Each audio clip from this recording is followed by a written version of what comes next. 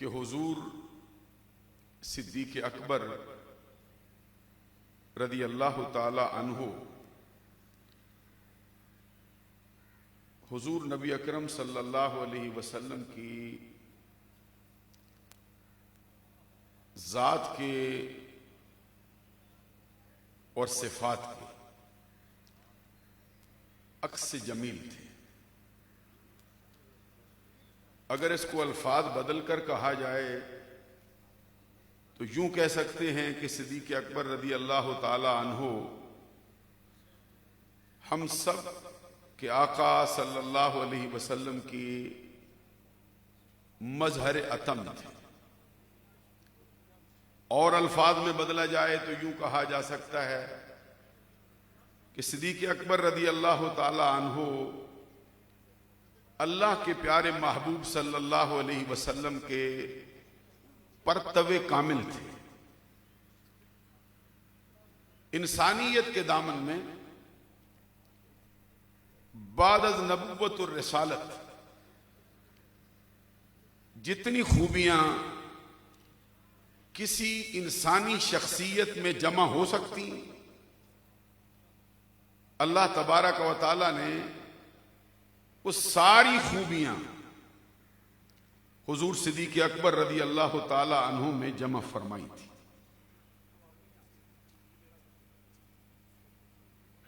حضور مولا علی شیر خدا رضی اللہ تعالی عنہ کا بڑا مشہور فرمان ہے،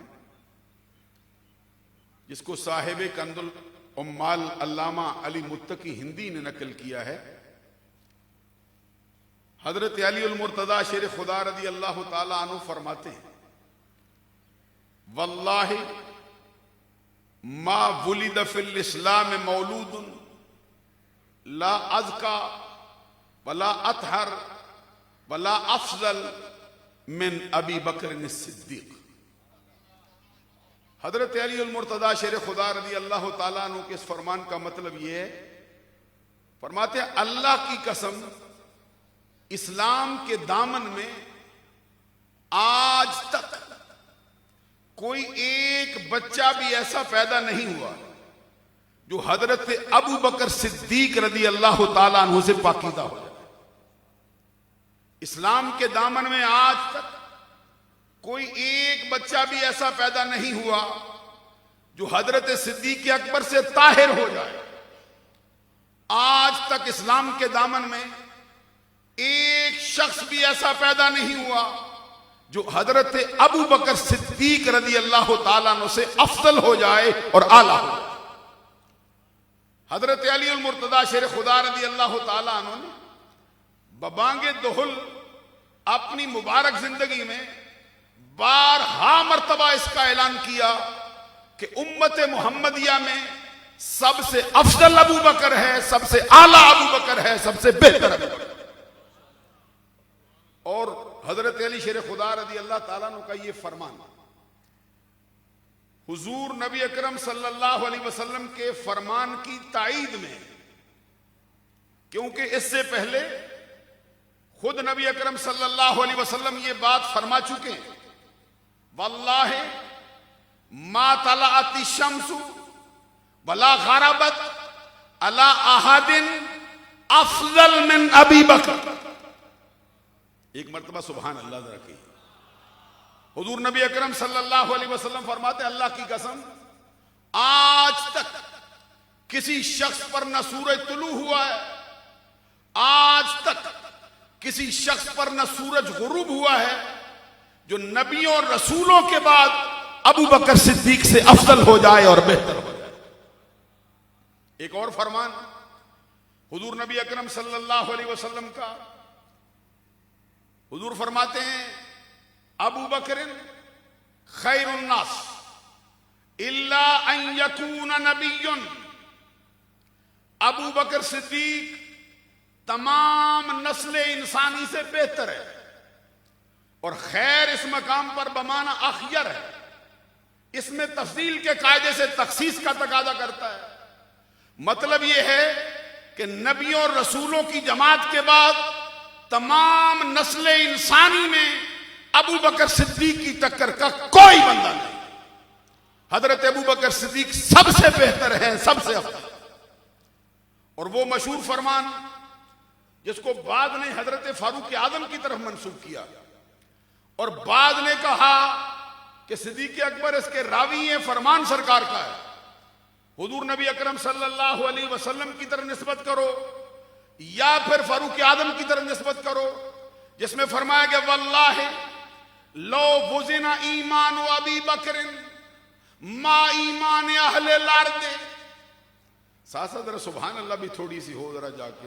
تمام افراد کا ایمان ترازو کے ایک پلڑے میں ڈالا جائے اور ابو بکر صدیق کے ایمان کو ترازو کے دوسرے پلڑے میں رکھ کر اس کا وزن کیا جائے۔ میرے ساتھ کبھی چلو گے ساتھ ساتھ تو پھر تھوڑی گفتگو ہو سکتی۔ حضور نبی اکرم صلی اللہ علیہ وسلم کا فرمان لو وزن ایمان ابی بکر ما ایمان اہل الارض، ابو بکر کے ایمان کو ترازو کے ایک پلڑے میں رکھ کر تمام اہل زمین کے ایمان کو ترازو کے دوسرے پلڑے میں رکھ کر وزن کیا جائے، خدا کی قسم ابو بکر کے ایمان کا پلہ پھر بھی بھاری رہے گا، بھاری رہے گا، بھاری رہے گا۔ پنڈال سے ذرا اونچی آواز سے سبحان اللہ کی آواز بلند ہو جائے۔ یہ سبق ہے جو سرکار دو جہاں صلی اللہ علیہ وسلم کی طرف سے امت محمدیہ کو ملا ہے، اور امت محمدیہ میں جو اہل حق کی جماعت ہے، یہ ذہن میں رہنا چاہیے، امت محمدیہ میں بہت سے افراد ہیں، بہت سے فرقے ہیں، لیکن تمام اہل حق نہیں۔ خود نبی اکرم صلی اللہ علیہ وسلم نے اس کی نشاندہی بھی فرمایا ہے، فرمائیے اور سب کے لیے اعلان کیا کلہم فی النار الا ملۃ واحدہ، سارے کے سارے جہنمی ہیں سوائے ایک جماعت۔ وہ ایک جماعت ما انا علیہ و صحابی، اس کو فرما کر سرکار نے وعدے کیا جب بھی اہل حق کہا جائے، اہل حق سے مراد ہمیشہ اہل سنت ہے،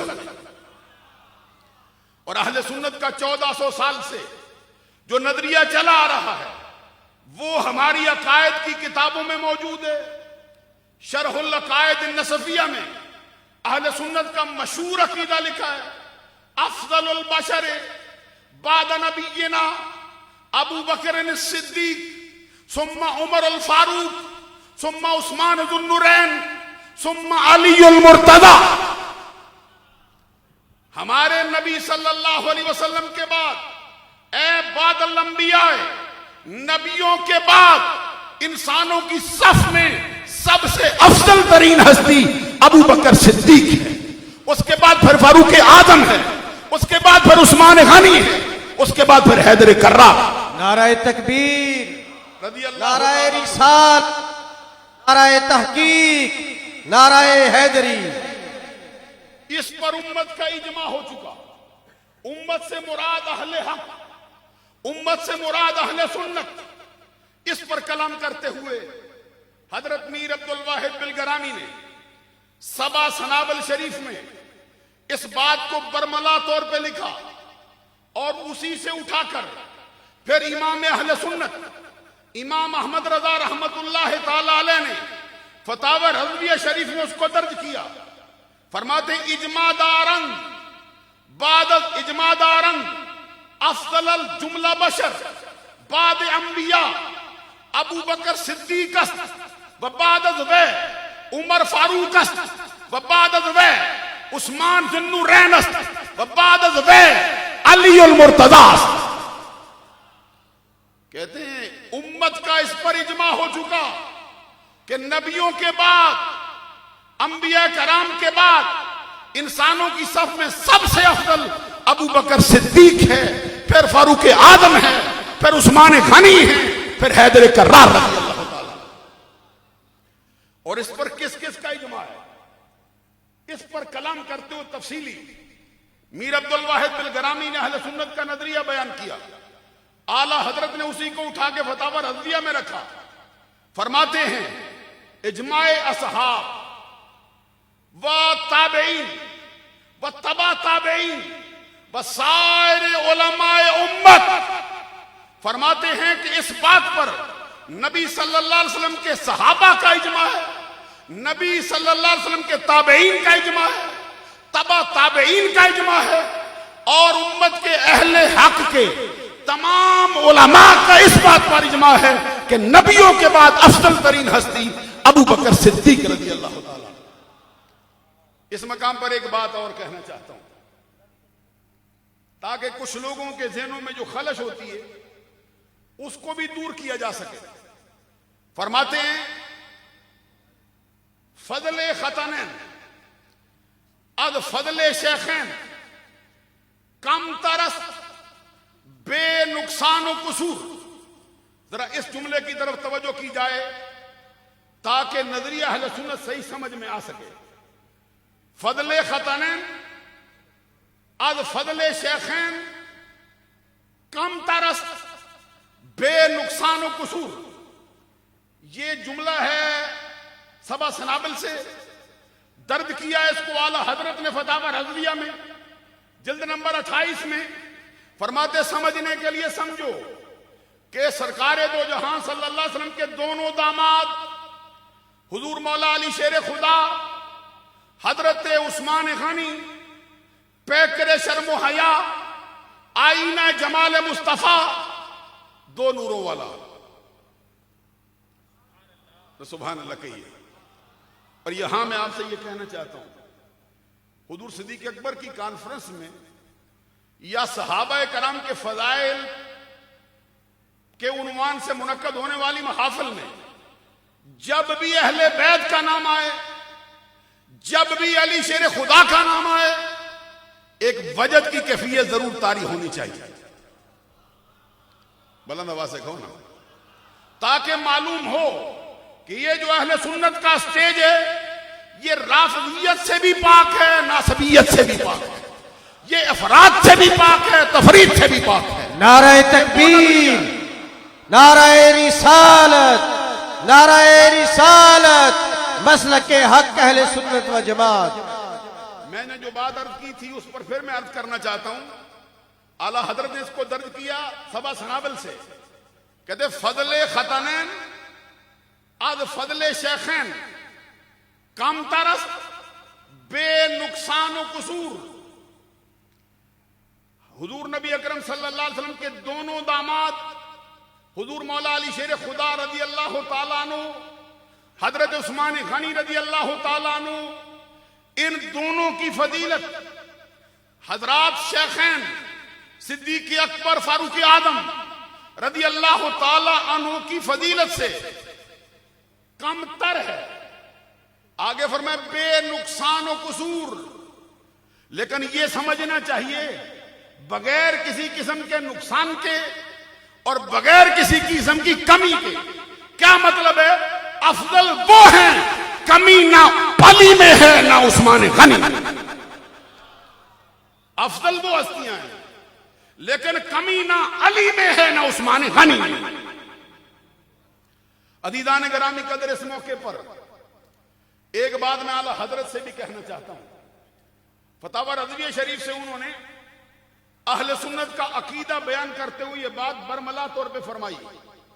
فرماتے ہیں اہل سنت کا اجماع ہے کہ حضور صدیق اکبر رضی اللہ تعالی عنہ حضرت امام اولیاء مرجع العرفاء، حضرت امام اولیاء مرجع العرفاء، امیر المومنین و مولا المسلمین سیدنا حضور مولا علی شیر خدا رضی اللہ تعالی عنہ و کرم اللہ وجہ الکریم سے اکرم افضل اتم اکمل ہے۔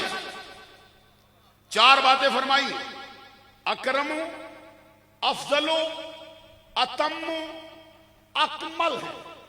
جن حضرات کو ان الفاظ کی سمجھ آتی ہے ذرا سبحان اللہ کہیں گے ساتھ ساتھ۔ فرمایا اکرم افضل اتم اکمل ہے، جو اس کا خلاف کرے اس کو شیعہ رافضی بدعتی مانتے ہیں۔ یہ نظریہ، یہ اہل سنت کا آج کی کانفرنس کا یہ پیغام ہے، اور میں خود نہیں دیتا، محمد انصر اپنی زبان سے نہیں دیتا، میں آپ کو امام احمد رضا کی زبان سے سنا رہا۔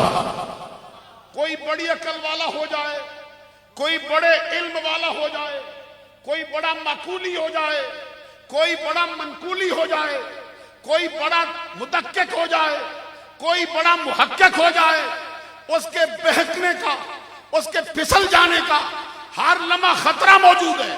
اس لیے ہم دعوت دیتے ہیں کہ اس خطرے سے بچنے کے لیے امام احمد رضا کی چھتری کے نیچے آ کے پناہ لے، مجد الفسانی کے چھتری کے نیچے آ کے پناہ لے، وہی نظریہ اختیار کر جو داتا علی حجویری کا ہے، وہی نظریہ اختیار کر جو غوث اعظم عبد القادر جیلانی۔ ہم بہک سکتے ہیں، پیروں کے ہاتھوں میں ہاتھ دینے کا مطلب بھی یہ ہوتا ہے، استادوں کی خدمت میں بیٹھ کر ان کی شاگردی کرنے کا مطلب بھی یہ ہوتا ہے کہ ہم دھوکہ کھا سکتے ہیں، ہم کو غلطی لگ سکتی ہے، ہمیں اس کے پیچھے لے جاؤ جس کی رکھوالی رب نے خود فرمائی ہوئی۔ آخری بات یہ کہنا چاہتا ہوں، آپ کو معلوم ہے سرکار کا فرمان ہے ید اللہ علی الجماع، جماعت پر اللہ کا، بولیے ید اللہ علی الجماع۔ ہاتھ بولا جائے تو پھر ذرا تھوڑی تفصیل سے اس کو بیان کرنا پڑتا ہے، آسانی کے لیے ہم کہتے ہیں ید اللہ علی الجماع، جماعت پر اللہ کا ید ہے۔ کیا مطلب؟ جماعت کو تائید ربانی حاصل ہے۔ کیا مطلب؟ جماعت کا مددگار ہمیشہ رب ذوالجلال ہے، اور وہ جماعت اہل سنت کی ہے۔ میں یہ کہنا چاہتا ہوں اہل سنت وہ جماعت ہے، مصطفیٰ نے فرمایا اس کا مددگار ہمیشہ رب ذوالجلال۔ تو جس کا مددگار رب ہو وہ راہ راست سے ہٹنے والی جماعت نہیں ہو سکتی۔ اور اہل سنت کا نظریہ کیا اعلیٰ حضرت نے فرمایا؟ اہل سنت کا اجماع ہے اس بات پر کہ حضور صدیق اکبر رضی اللہ تعالی عنہ، حضرت امام اولیاء، مرجع العرفاء، امام المسلمین، مولا امام الامیر المومنین، مولا المسلمین، حضور مولا علی شیر خدا رضی اللہ تعالی عنہ وکرم اللہ وجہ الکریم سے اکرم، افضل، اتم، اکمل ہے۔ جو اس کا خلاف کرے اس کو بدعتی، شیعی، رافضی مانتے ہیں۔ ہم یہی کہنا چاہتے ہیں جو ابو بکر صدیق کو افضل مانے وہ نظریہ اہل سنت ہے۔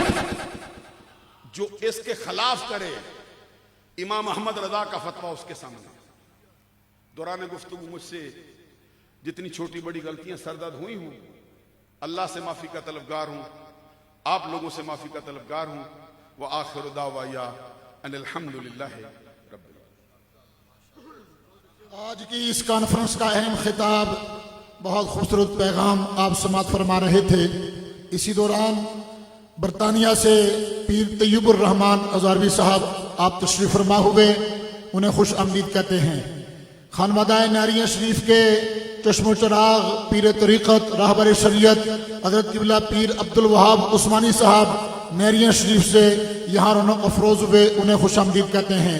معروف سیاسی سماجی رہنما زمرد خان صاحب تشریف فرما ہوئے، خلیفہ مقصود صدیقی صاحب پھوئی رٹا سے، خلیفہ حاجی عبداللہ صدیقی صاحب سیالکوٹ سے ایک بڑے قافلے کے ساتھ، علامہ سرفراز صدیقی صاحب بیٹھک اون آباد سے ایک بڑے قافلے کے ساتھ، کلر سجدہ سے علامہ ریاض الرحمان صدیقی صاحب، علامہ بیزم صاحب صدر سنی تحریک یہاں پہنچے۔ اسی طرح مفتی ضمیر احمد ساجد صاحب کے ادارے کے اساتذہ اور طلبہ، پیر قاضی محمد قمر الدین چشتی نظامی صاحب سجادہ نشین دربار عالیہ پڑی شریف، آپ یہاں تشریف فرما ہوئے۔ عظیم روحانی مرکز اور بر صغیر کی عظیم روحانی درگاہ سلطان العارفین حضرت قبلہ سلطان بہو رحمت اللہ تعالی کے سجادہ نشین پیر محمد سلطان فیاض الحسن صاحب یہاں تشریف فرما ہوئے۔ نیریہ شریف کا سٹیج انہیں خوش آمدید کہتا ہے۔ اب میں ایک ایسی شخصیت کو دعوت خطاب دے رہا ہوں کہ جو حضور شیخ العالم کے بہت ہی دیرینہ رفیق اور ہماری اس کانفرنس، ہمارے اس مرکز کے بہترین ایک راہبر اور ہمیشہ دست شفقت رکھنے والی شخصیت حضرت قبلہ پیر ڈاکٹر محمد ساجد الرحمان صاحب سجادہ نشین دربار عالیہ بغار شریف، جو عظیم مفکر ہیں اور عظیم سکالر ہیں، آپ اسٹیج کی زینت بنے ہیں، آپ کو خوش آمدید کہا جاتا ہے۔ اہل سنت کا ایک عظیم گھر، وہ گھر جو غزالی زماں کا گھر ہے، اس گھر کے چشم و چراغ جگر گوشہ حضور غزالی زماں حضرت علامہ مولانا صاحبزادہ پیر حامد سعید کاظمی صاحب، آپ نے جلدی جانا ہے، اس لیے وہ فرما رہے ہیں کہ مجھے ٹائم دیا جائے، حضرت صاحب نے مجھے حکم دیا ہے، تو اب میں بلا تاخیر حضرت قبلہ صاحبزادہ حامد سعید کاظمی صاحب آپ سے گزارش کر رہا ہوں، آپ تشریف لائیں اور اس عظیم الشان سنی کانفرنس سے اظہار خیال فرمائیں۔ نعرہ تکبیر، نعرہ رسالت، نعرہ تحقیق، دربار عالیہ نعریہ شریف۔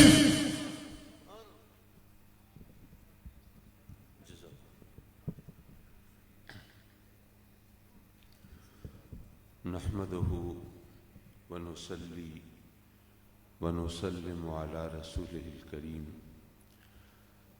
أما بعد فأعوذ بالله من الشيطان الرجيم، بسم الله الرحمن الرحيم، إذ يقول لصاحبه لا تحزن إن الله معنا، صدق الله مولانا العلي العظيم، وصدق رسوله النبي الأمين، ونحن على ذلك لمن الشاهدين والشاكرين، والحمد لله رب العالمين۔ میری محفل صدر مجلس سجادہ نشین حضرت شیخ العالم حضرت قبلہ سلطان العارفین دامت برکاتہ العالیہ، اور سٹیج پر اللہ کے فضل و کرم سے اس وقت چراغاں کی کیفیت ہے، طریقت و شریعت کے آفتاب و مہتاب جلوہ فگن ہیں، اور یقیناً یہ ہم سب کے لیے سعادتوں کی معراج ہے کہ ہم ایسی انگنت ہستیوں کی زیارت سے مشرف ہو رہے ہیں جن میں سے کسی ایک بھی شخصیت کی موجودگی کسی اجتماع کی کامیابی کی ضمانت ہوتی ہے۔ حضرات مکرم، یہ وقت کی آواز پر لبیک کہا گیا ہے، اور نیریہ شریف نے حسب روایت حسب دستور اپنا کردار ادا کیا، اور اہل سنت کی مسائل کے حل کے لیے، رہنمائی کے لیے بہت بروقت قدم اٹھایا۔ ہمارے لیے کتنی حیرت کی اور تشویش کی بات ہے کہ وہ باتیں جو طے شدہ ہیں اب ہمارے درمیان اختلاف و انتشار کی بنیاد بن رہی ہیں، جس کے بارے میں کبھی سوچا نہیں تھا کہ اس کے لیے کسی دلیل کی ضرورت ہے۔ جو تسلیم شدہ امور ہوں، اگر ان کو متنازع بنانے کی کوشش کی جائے تو اصل میں اہل سنت کی جڑیں کمزور کرنے کی بات ہے، اور اختلاف انتشار پھیلا کر کمزور کرنے کی بات ہے۔ بہرحال مجھے کوئی لمبی چوڑی گفتگو نہیں کرنی، ویسے بھی وہ ابھی آپ نے ایک بہت جاندار بہت شاندار خطاب سنا، اور ایسے بے شمار خطابات ابھی آپ مزید سماعت کریں گے۔ میں بہت مختصر سے وقت میں ایک دو باتیں، ہم سب جانتے ہیں کہ اہل سنت کو کبھی حب اہل بیت کے نام پر بے وقوف بنا دیا جاتا ہے، کبھی عظمت صحابہ کے نام پر۔ ہم ان دونوں حوالوں سے اپنی پہچان رکھتے ہیں، اور ایمان ہے کہ حب اہل بیت کے بغیر ایمان کا تصور ممکن نہیں، اور عظمت صحابہ کے بغیر اہل سنت کہلانا ممکن نہیں۔ بہرحال ہمارا ایمان ہے کہ عزت دیتا وہ ہے جو جس کے قبضے قدرت میں سبھی کچھ ہے، عزت بھی اور ذلت بھی، لیکن عزت دیتا وہ ہے، لیکن دیتا اپنے محبوب سے نسبت کے صدقے میں ہے۔ اور یہ محض زور خطابت نہیں ہے، جوش خطابت نہیں ہے، خیال و گمان کا ہذیان نہیں ہے، یہ وہ حقیقت ہے جو قرآن و حدیث سے بخوبی ثابت ہے۔ رب کائنات نے فرمایا کنتم خیر امہ، تم سب سے بہتر امت ہو۔ نہیں فرمایا کہ سب سے بہتر نمازی ہو، نہیں فرمایا کہ سب سے بہتر حاجی ہو، نہیں فرمایا کہ سب سے بہتر مجاہد ہو، نہیں فرمایا کہ سب سے بہتر روزہ دار ہو، فرمایا سب سے بہتر امت ہو۔ تمہیں پتہ ہے نا کہ امت تو نبی کی ہوتی ہے، تو تم اپنے کسی کارنامے کی وجہ سے بہتر نہیں ہو، تم بہتر اس لیے ہو کہ میرے محبوب کے امتی ہو۔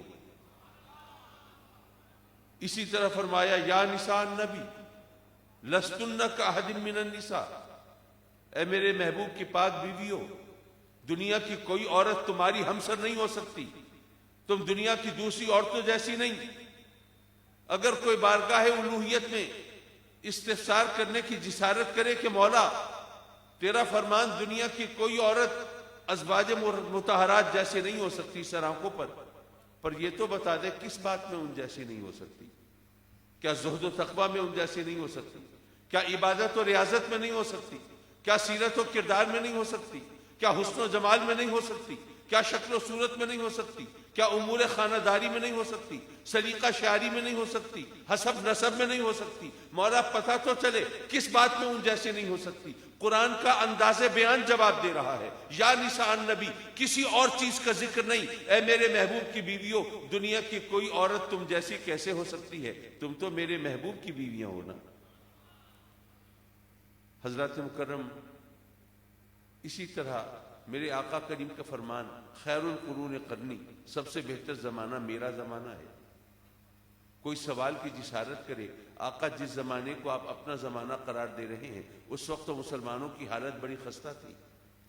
آپ نے بھی کھجور کی چٹائی پر آرام فرمایا تھا نا، پیوند لگے کپڑے بھی زیب تن کیے تھے نا، سرکار جو کی روکھی سوکھی پہ گزارا کیا تھا اور اپنی نالین پاک کو خود مرمت فرمایا تھا۔ یہ فتوحات کا سلسلہ شروع ہوا بعد میں، قیصر و کسریٰ نے مسلمانوں کی ہیبت کے سامنے گھٹنے ٹیکے بعد میں، اور عظیم الشان سلطنت ملی تو بعد میں، اور شاندار لشکر ملا تو بعد میں، لیکن آپ فرماتے ہیں سب سے بہتر زمانہ میرا زمانہ۔ آقا کریم جواب عطا فرمائیں گے، اے میرے غلاموں تم کیا سمجھتے ہو یہ فضیلت یہ فتوحات میں ہے، یہ مال و منال میں ہے، یہ درہم و دینار میں ہے، عظیم الشان سلطنت میں ہے، طاقتور لشکر میں ہے؟ ارے نہیں، عظمت اور فضیلت تو مجھ سے نسبت میں ہے۔ میرا زمانہ سب سے بہتر کہ وہ میرا زمانہ ہے۔ پتہ یہ چلا کہ جب عزت عظمت میرے آقا کریم کی نسبت کے صدقے میں ملتی ہے تو جو میرے آقا کریم سے جتنا قریب ہوگا اس کو اتنی زیادہ عزت ملے گی۔ پہلے تو میں یہ عرض کرتا چلوں کہ میں بنیادی طور پر تقابل کا قائل نہیں ہوں، ہمیں مقابلہ کرنے کی ضرورت نہیں ہے، ہمیں صدیق اکبر کی عظمت کو اجاگر کرنے کی ضرورت ہے۔ صدیق اکبر کو بارگاہ رسالت میں کیا قرب حاصل ہے میں اپنے انداز سے بات کروں گا۔ دیکھیے کوئی کتنا کسی سے قریب ہے اس کے لیے مختلف الفاظ استعمال ہوتے ہیں، مختلف پیرایہ اظہار ہوتا ہے، مختلف طریقے ہوتے ہیں۔ کوئی کہتا ہے جی وہ ہم اتنے قریب ہیں وہ میرا لنگوٹیا ہے، کوئی کہتا ہے کہ جی ہم بچپن کے دوست ہیں، کوئی کہتا ہے ہم نوالا ہے ہم پیالہ ہے، کوئی کہتا ہے جی یکجان دو قالب ہیں۔ یہ مختلف انداز ہے نا قربت کے۔ اب ذرا آئیے بارگاہ صدیقیت میں انہیں بارگاہ نبوت سے کیا قرب ہے۔ غار ثور کا منظر نگاہوں کے سامنے ہو، میں اب اس تفصیل میں تو نہیں جا سکتا۔ میرے سیدنا صدیق اکبر پہلے جا کے جھاڑ پونچھ کرتے ہیں، صفائی کرتے ہیں، ظاہر ہے گھر سے ڈسٹرز لے کے صفائی کا سامان لے کے تو نہیں چلے تھے، اپنی قمیض کو اتار کے اور پھر جھاڑ پونچھ کر کے، اور جو سانپوں کے بل ہیں اپنی قمیض کی دھجیاں بنا کے ان کے منہ بند کرتے ہیں۔ ایک سانپ کا بل وہ خالی رہ گیا ہے، آپ اس کے بارے میں سوچ لیتے ہیں کیا کرنا ہے۔ آقا کریم کی بارگاہ میں عرض کرتے ہیں آقا تشریف لائیے، اب کچھ جگہ آپ بیٹھنے کے لائق ہوئی ہے۔ سرکار تشریف فرما ہوتے ہیں، صدیق اکبر عرض کرتے ہیں سرکار تھکاوٹ ہو گئی ہوگی، آرام فرمائیے۔ صدیق اکبر بیٹھتے ہیں، اپنی ایڑی سانپ کے بل پہ رکھتے ہیں، اور آقا کریم کا سر اقدس صدیق اکبر کے زانوں پہ ہے۔ آقا کریم استراحت فرماتے ہیں۔ حضرات مکرم، میں نے ماسٹرز کیا ہے اردو میں، میں نے اپنے انداز سے اس منظر کو دیکھا تو کیا پایا، میں نے یوں بیان کیا صدیق اکبر اس شان سے بیٹھے ہیں، ان کی ایڑی سانپ کے بل پہ ہے نا، اور آقا کریم کا سر اقدس ان کی گود میں ہے نا، تو میں نے کہا کہ یوں دیکھیے کہ صدیق اکبر اس شان سے بیٹھے ہیں کہ موت ان کی ایڑی کے نیچے ہے اور زندگی ان کی جھولی میں ہے۔ اب وہ سانپ ڈستا ہے اس کے زہر کی اذیت، اس کی تکلیف، اس کی چبھن، وہ تمام موت کا خوف، یہ تمام چیزیں ہیں، لیکن صدیق اکبر ہلتے جلتے نہیں ہیں، برداشت کرتے ہیں، تحمل سے کام لیتے ہیں، وہ ساکت و صامت بیٹھے ہیں۔ آخر صدیق اکبر نے کوئی حرکت کیوں نہیں کی؟ سکون سے کیوں بیٹھے رہے؟ کیا آقا کریم کی جان کو خطرہ تھا؟ آقا کریم کی جان بچانے کے لیے نہیں، صرف نیند بچانے کے لیے انہوں نے ہر چیز کو گوارا کیا۔ حضرات مکرم اب جب اذیت سے ان کی آنکھ سے آنسو بہتے ہیں، اور آقا کریم کا سر اقدس چونکہ ان کی گود میں ہے، اس لیے وہ آنسو جب آقا کریم کے چہرے پہ ٹپکتے ہیں، آقا کریم آنکھ کھولتے ہیں اور اذیت کا سبب پوچھتے ہیں، آنسوؤں کا سبب پوچھتے ہیں۔ صدیق اکبر بیان کرتے ہیں، میرے آقا کریم لعاب دہر مبارک لگاتے ہیں، رب کائنات اپنے کرم سے شفا عطا فرماتا ہے۔ یہ تمام بات تو آپ جانتے ہیں اور آپ بخوبی سمجھتے ہیں، لیکن میں نے بھی اس کو اس منظر کو اپنے انداز سے سوچا، اور پھر وہ جو قرب کی بات میں کر رہا تھا، کوئی کتنا قریب ہے، تو میں عرض کروں گا ذرا سوچئے یارو، کوئی اس سے زیادہ قریب اور کیا ہو سکتا ہے؟ دیکھو آنسو صدیق اکبر کے ہیں اور بہتے میرے آقا کریم کے رخسار پہ ہیں، اس سے زیادہ قریب کوئی اور کیا ہو سکتا ہے؟ حضرات مکرم، چونکہ میں اختصار کی طرف مائل ہوں، صرف ایک بات اور ایک پیغام، اور میں یہ عرض کروں گا کہ جو پیغام اب میں عرض کر رہا ہوں، اگر اس کو ذرا تھوڑا سا اس پہ یہ مقررین آنے والے ذرا توجہ فرمائیں گے تو انشاءاللہ اس کی بہت فائدہ ہوگا۔ سیدنا صدیق اکبر کے دور کا بہت اہم واقعہ، جب جنگ یمامہ ہو رہی ہے، حفاظ قرآن شہید ہو رہے ہیں، سیدنا عمر فاروق رضی اللہ تعالیٰ عنہ آ کے بارگاہ صدیقیت میں عرض کرتے ہیں کہ حفاظ قرآن کثرت سے شہید ہو رہے ہیں، آپ مہربانی کریں فوری طور پر قرآن کو جمع کرنے کا حکم دیں، کہیں ایسا نہ ہو، مجھے اندیشہ ہے کہ اگر یہ سلسلہ اسی طرح رہا تو ہم قرآن کے ایک بڑے حصے سے محروم نہ رہ جائیں۔ آپ جانتے ہیں مشہور واقعہ ہے، صدیق اکبر نے کہا عمر میں وہ کام کیسے کروں جو میرے آقا کریم نے نہیں کیا؟ عمر فاروق نے عرض کی بے شک سرکار نے یہ کام نہیں کیا، لیکن واللہ اس میں خیر ہے۔ یہ سوال و جواب ہوتے ہیں، تکرار ہوتی ہے، بالآخر صدیق اکبر کا بھی شرح صدر ہوتا ہے، اللہ ان کا سینہ بھی اسی بات کے لیے کھول دیتا ہے جس کے لیے عمر فاروق کا سینہ کھولا تھا۔ یہ تمام بات آپ جانتے ہیں۔ پھر صدیق اکبر نے قرآن مجید کو جمع کرنے کا حکم دیا ہے، یہ بات سناخوں پر، لیکن کبھی آپ نے غور کیا؟ میرے ذہن میں یہ سوال اور یہ خیال آیا کہ جب عمر فاروق نے آ کر یہ عرض کی کہ آقا کرم فرمائیں، امیر المومنین آپ کرم فرمائیں، مہربانی کریں اور یہ حکم دے قرآن کو جمع کرنے کا، تو صدیق اکبر نے یہ نہیں کہا کہ عمر تم عجیب آدمی ہو، کیا تم نے قرآن نہیں پڑھا؟ کیا تمہیں اللہ کے وعدے پر اعتبار نہیں ہے؟ انا نحن نزلنا الذکر وانا لہ لحافظون، یہ قرآن کی حفاظت کا ذمہ تو خود رب کائنات نے لیا ہے، اور تم کہتے ہو کہ قرآن کو جمع کرنے کا حکم دے، کہیں ہم اس کے بڑے حصے سے محروم نہ رہ جائیں؟ کیسے ممکن ہے؟ جب اس کا ذمہ خود اللہ نے لیا ہے تو ہم قرآن سے محروم کیسے رہ سکتے ہیں؟ خود بھی پریشان ہو، ہمیں بھی پریشان کرتے ہو، جاؤ گھر میں بیٹھو آرام سے، ایسا کوئی اندیشہ نہیں ہے۔ میرا خیال ہے کہ اگر آج اس قسم کی کوئی بات ہوتی تو شاید سب کی زبان پر سب سے پہلے یہی بات آتی، لیکن صدیق اکبر نے یہ نہیں کہا۔ کیوں نہیں کہا؟ میں عرض کروں گا کہ یہ وہ پیغام ہے جس کو عام کرنے کی ضرورت ہے۔ صدیق اکبر نے اپنے عمل سے بتایا کہ اے لوگوں یاد رکھو، اگر کسی کام کا ذمہ خود رب کائنات نے لیا ہو تب بھی وہ رب کائنات اپنا کام وہ لیتا اپنے بندوں سے ہے، اور جن بندوں کو اس کام کی تکمیل کے لیے چنتا ہے یہ ان کا اعزاز ہوتا ہے۔ لیکن ہم ہر چیز اللہ پہ چھوڑ کے ہاتھ پہ ہاتھ دھر کے بیٹھ رہتے ہیں۔ آج کل بھی ایسا ہوتا ہے نا، وہ سوشل میڈیا پر وہ چکر چل رہا ہوتا ہے، امام مہدی تشریف لانے والے ہیں، بس یہ ہوگا اور وہ ہوگا اور ہمیں کچھ کرنے کی ضرورت نہیں ہوگی، اور جناب اس طرح یہ فطرت اور قدرت کروٹ بدلے گی اور مسلمانوں کو عروج نصیب ہو جائے گا۔ یہ افیون کب تک دیتے رہو گے اور لوگوں کو اس طرح نشہ کب تک پلاتے رہو گے؟ ارے ان کو صدیق اکبر نے جس راہ عمل پر چلایا ہے اس پہ چلاؤ، اور ان کو بتاؤ کہ جس کام کا ذمہ خود رب کائنات نے لیا ہو وہ کام بھی رب لیتا اپنے بندوں سے ہے۔ ویسے ہٹ پڑے گا، اس پر قہر و غضب نازل ہوگا اللہ کا، لیکن میرے آقا کریم پر پتھر برسانے والوں پر تو اس طرح قہر و غضب کے نزول کا کوئی واقعہ اس طرح روایات کے سامنے نہیں آیا۔ کیوں؟ میرے آقا کریم درس عمل دے رہے ہیں، صحابہ کرام درس عمل دے رہے ہیں۔ ہم اہل سنت وہ افیون پینے کے عادی ہو گئے ہیں، کرامتوں کا ظاہر کر کے اور انہی پر اصرار کر کے اور انہی کی باتیں کر کے ہم عمل سے لوگوں کو دور کر دیتے ہیں۔ سیدنا صدیق اکبر رضی اللہ تعالیٰ عنہ کی سیرت مبارکہ، ان کی فضیلت، ان کی شان، ان کا مرتبہ وہ صحیح طور پر تبھی اجاگر ہوگا جب ان کے درس عمل کو ہم اپنائیں گے۔ وآخر دعوانا ان الحمد للہ رب العالمین۔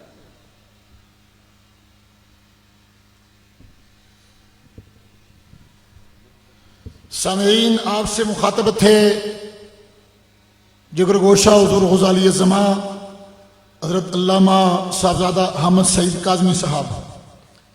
اس دوران صدر الافاضل سید نعیم الدین مراد آبادی رحمۃ اللہ تعالی علیہ کے فیض کے ترجمان، امت مسلمہ کا ایک عظیم اثاثہ، نباز امت حضور ضیاء الامت رحمۃ اللہ تعالی علیہ کے جانشین، پیر طریقت راہبر شریعت، استاد العلماء حضرت قبلہ پیر محمد امین الحسنات صاحب سجادہ نشین درگاہ علیہ بیرا شریف، جو ہزاروں اساتذہ اور علماء کے استاد ہیں، عظیم روحانی پیشوا ہیں، اور جو آج کی کانفرنس ہے اس کے جو صاحب صدر ہیں اور جن کے زیر اہتمام یہ کانفرنس منعقد ہے، حضور شیخ العالم کے جانشین، آپ ان کے بھی استاد گرامی ہیں۔ میں اسٹیج سے حضرت قبلہ پیر محمد امین الحسنات صاحب کی آمد پر دل کی عمیق گہرائیوں سے انہیں خوش آمدید کہتا ہوں۔ حیدرآباد سندھ سے حضرت قبلہ پیر الحاج گلشن الہی صاحب تشریف فرما ہوئے، انہیں خوش آمدید کہتا ہوں۔ حضرت صاحب کے بہت ہی قریبی رفیق حاجی سعید حسین نقشبندی، جو سماجی کارکن ہیں، چکری روڈ سے تشریف لائے، انہیں بھی خوش آمدید کہتا ہوں۔ راولہ کوٹ جامعہ محمدیہ غوثیہ سے حضرت مولانا تنویر صاحب کی قیادت میں علماء اور طلباء کا ایک بڑا قافلہ یہاں پہنچا ہے، اسٹیج سے انہیں خوش آمدید کہا جاتا ہے۔ خلیفہ سید منور شاہ صاحب مانسیرہ سے، ملک صابر صاحب رہنما سنی تحریک، علامہ حافظ عبد القدیر صاحب، علامہ حافظ عدیل یوسف صاحب جو فیصل آباد اور منسیرہ سے یہاں تشریف فرما ہوئے ہیں، علامہ پروفیسر کلیم اللہ ضیاء صاحب اسلام آباد سے یہاں رونق افروز ہوئے ہیں، ان تمام کو اسٹیج سے خوش آمدید کہا جاتا ہے۔ اب ایک خطاب ہوگا، اس کے بعد نماز کا وقفہ ہوگا۔ آپ دل جمی کے ساتھ اس مختصر بیان کو سنیے۔ تشریف لاتے ہیں استاد العلماء مفتی اعظم کشمیر حضرت علامہ مفتی محمد حسین چشتی، امیر جماعت اہل سنت آزاد جموں و کشمیر۔ آپ حضور شیخ العالم کے بہت دیرانہ رفیق ہیں اور سرزمین کشمیر کے عظیم عالم دین ہیں، اہل سنت کی آن اور شان ہیں۔ آپ تشریف لائیں اور اس عظیم الشان سنی کانفرنس سے اظہار خیال فرمائیں۔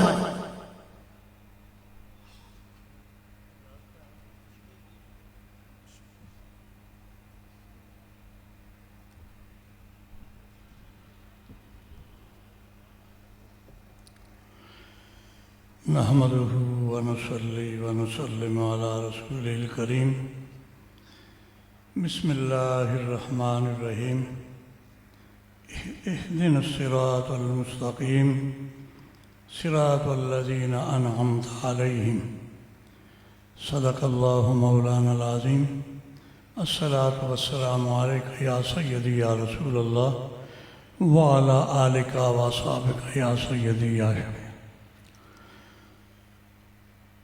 صدر گرامی قدر، بانی محفل، جانشین شیخ العالم حضور قبلہ شمس المشائخ علامہ پیر محمد سلطان العارفین صاحب دامت برکاتہم القدسیہ، اور اہل سنت و جماعت کے نہایت ہی مقتدر و عظیم القدر حضرات، مشائخ اعظام، علماء کرام، برادران اسلام، السلام علیکم ورحمۃ اللہ وبرکاتہ۔ آج میں بیماری اور کمزوری کے باوجود حضور قبلہ سلطان العارفین صاحب کے حکم کی تعمیل میں حاضر ہوا ہوں، اور میں بجائے اس کے کہ کوئی مسائل اور دلائل کی طرف توجہ دوں، اہل سنت کا الحمدللہ ہر عقیدہ حقہ اس کے لیے سمندر بہہ رہے ہیں، اور اس وقت علماء و مشائخ کا ایک جمع غفیر موجود ہے جو اپنے اپنے علم و فضل کے ساتھ آپ حضرات کو مستفید فرمائیں گے۔ میں مبارکباد دیتا ہوں حضور قبلہ پیر سلطان العارفین صاحب کو کہ آپ نے توجہ فرمائی، اور یوں تو اجتماعات آستانہ عالیہ کی نسبت سے ہوتے ہی رہے ہیں، لیکن ان سال افضلیت امیر المومنین سیدنا ابوبکر کی نسبت سے بہت بڑا قدم اٹھایا ہے۔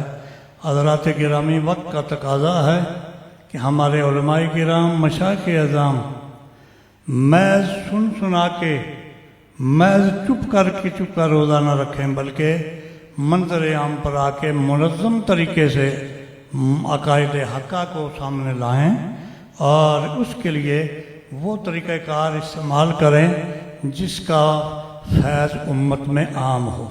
میں بجائے مزید گفتگو کے میں کوشش کر رہا ہوں کہ میرے پاس ماہنامہ ضیاء حرم ہے، اور اس میں خاندان چشت اہل بہشت کے مرکز سیال شریف کے آستانے پر اپنے خلفاء اور پاکستان کی مقتدر علمی شخصیات کو جمع کر کے اپنی زندگی کے آخری بہار میں خواجہ حامد الدین سیالوی رحمۃ اللہ علیہ نے جو اعلامیہ کی شکل میں وہاں لوگوں کو باخبر کیا، ملک اور بے ملک ہر مقام پر پڑھنے سننے والے اس کی طرف توجہ کریں گے۔ ہمارے ہاں بھی محض مسئلہ بیان کر دینا نہیں، بلکہ اس کو اعلامیہ کی شکل میں ہمارے مراکز سے منظر عام پر لایا جائے، تاکہ ہمارے خلفاء، ہمارے علماء، ہمارے مریدین، ہمارے جانشین اس بات کی حقیقت کو سمجھیں اور اس کی طرف توجہ دیں۔ اور مجھے بڑی خوشی ہے کہ حضور امیر الامت، حضور قبلہ عالم یہاں اس وقت تشریف فرما ہے۔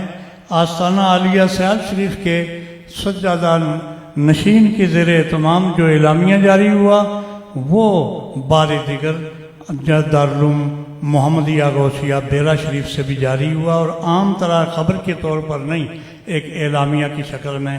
میں اگر زحمت نہ ہو، میں ضروری سمجھتا ہوں کہ وہ اعلامیہ آپ کے سامنے پڑھ دیا جائے اور آپ اس کی تائید کریں، اور یہ نقش بندیوں کا، مجددیوں کا آستانہ، حضور امام ربانی کے جانشینوں کا یہ آستانہ، اس سے بھی یہ اعلامیہ کے تقویت ملے۔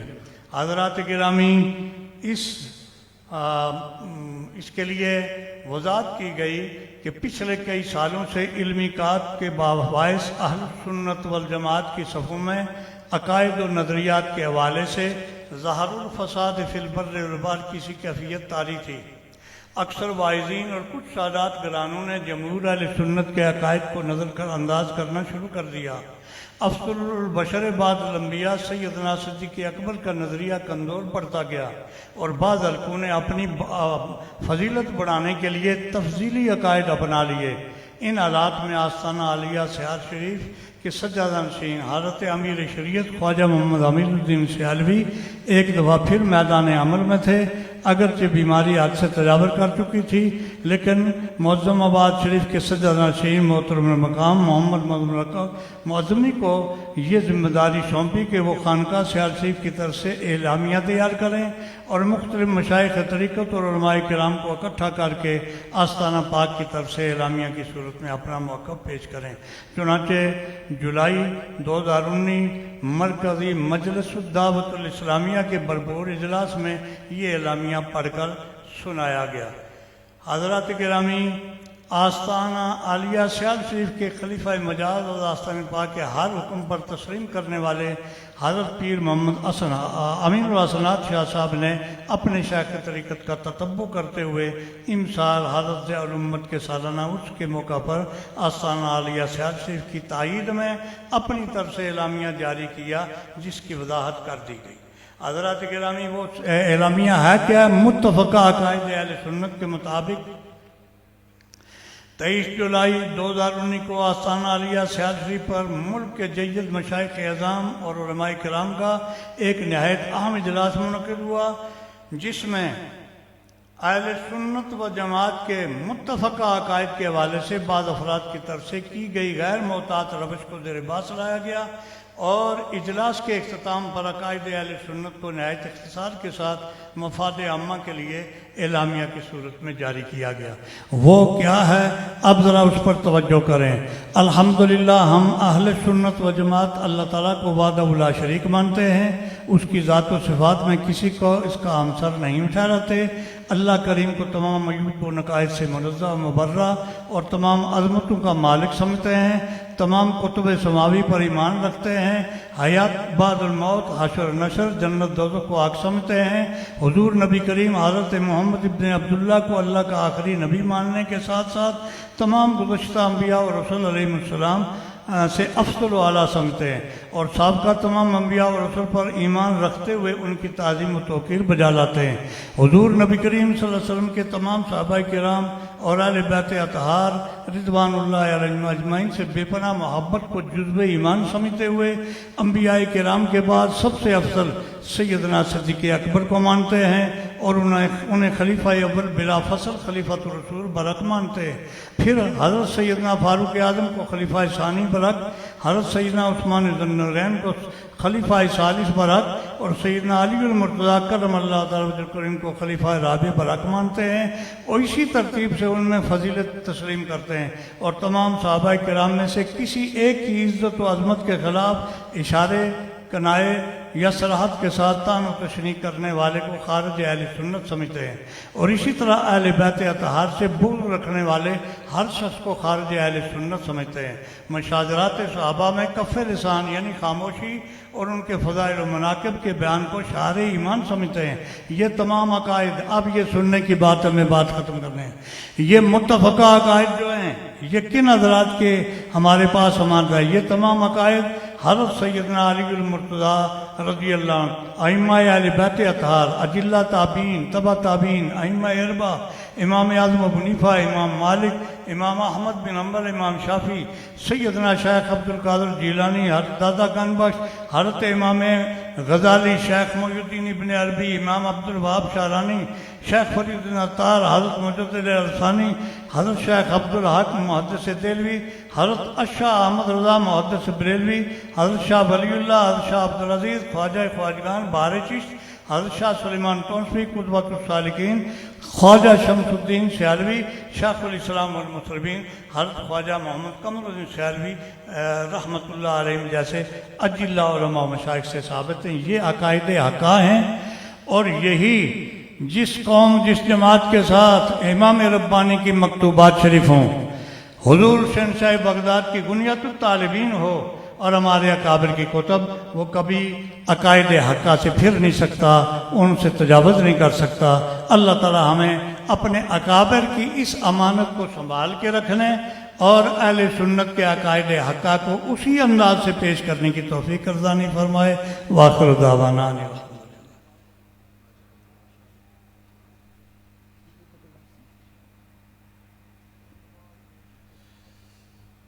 آپ سے مخاطب تھے حضرت مفتی اعظم کشمیر، اسی دوران حضرت علامہ پیر سید نوید الحسن شاہ صاحب سجادہ نشین بٹکی شریف آپ تشریف فرما ہوئے۔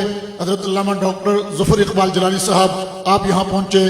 لاہور سے ایک بڑا قافلہ ڈاکٹر ثاقب الیاس صاحب صدیقی، شیخ وقاص صدیقی، محمد عمران صدیقی کی قیادت میں یہاں پہنچا۔ راولہ کوٹ سے پیر سید مبارک حسین شاہ صاحب، قاری اظہر صدیقی صاحب کی قیادت میں ایک بڑا قافلہ یہاں پہنچا ہے۔ تمام آنے والے شرکاء، علماء اور ذمہ داران کو اسٹیج سے خوش آمدید کہا جاتا ہے۔ اب گزارش اس طرح ہے کہ نماز ظہر کا وقفہ ہوگا۔ تمام اکابرین علماء اور مشائخ سے گزارش ہے کہ آپ آہستہ آہستہ سیڑھیوں سے اتر کے نیچے تشریف لے جائیں گے، وہیں سب بندی ہوگی اور امام بھی نیچے ہوں گے۔ آپ اپنے اپنے مقام پر صفیں ٹھیک کریں گے، اذان ہوگی۔ حضرت صاحب کے حکم کے مطابق حضرت مفتی ضمیر احمد ساجد صاحب جو حضرت صاحب کے دست راست ہیں، آپ کی امامت میں نماز ظہر کی ادائیگی ہوگی۔ تمام احباب نماز ظہر کی ادائیگی کے لیے جو ہے صف بندی کریں، اور جن کا وضو نہیں وہ وضو فرما لیں۔ جلدی جلدی. یہاں آنے کی کوشش نہ کریں. یہاں سے جو باہر جانا چاہیں بڑی خوشی سے، لیکن باہر کے لوگ وہاں چھلانگ لگا کے ادھر نہ آئیں. یہاں اسٹیج کے لوگ نیچے جائیں.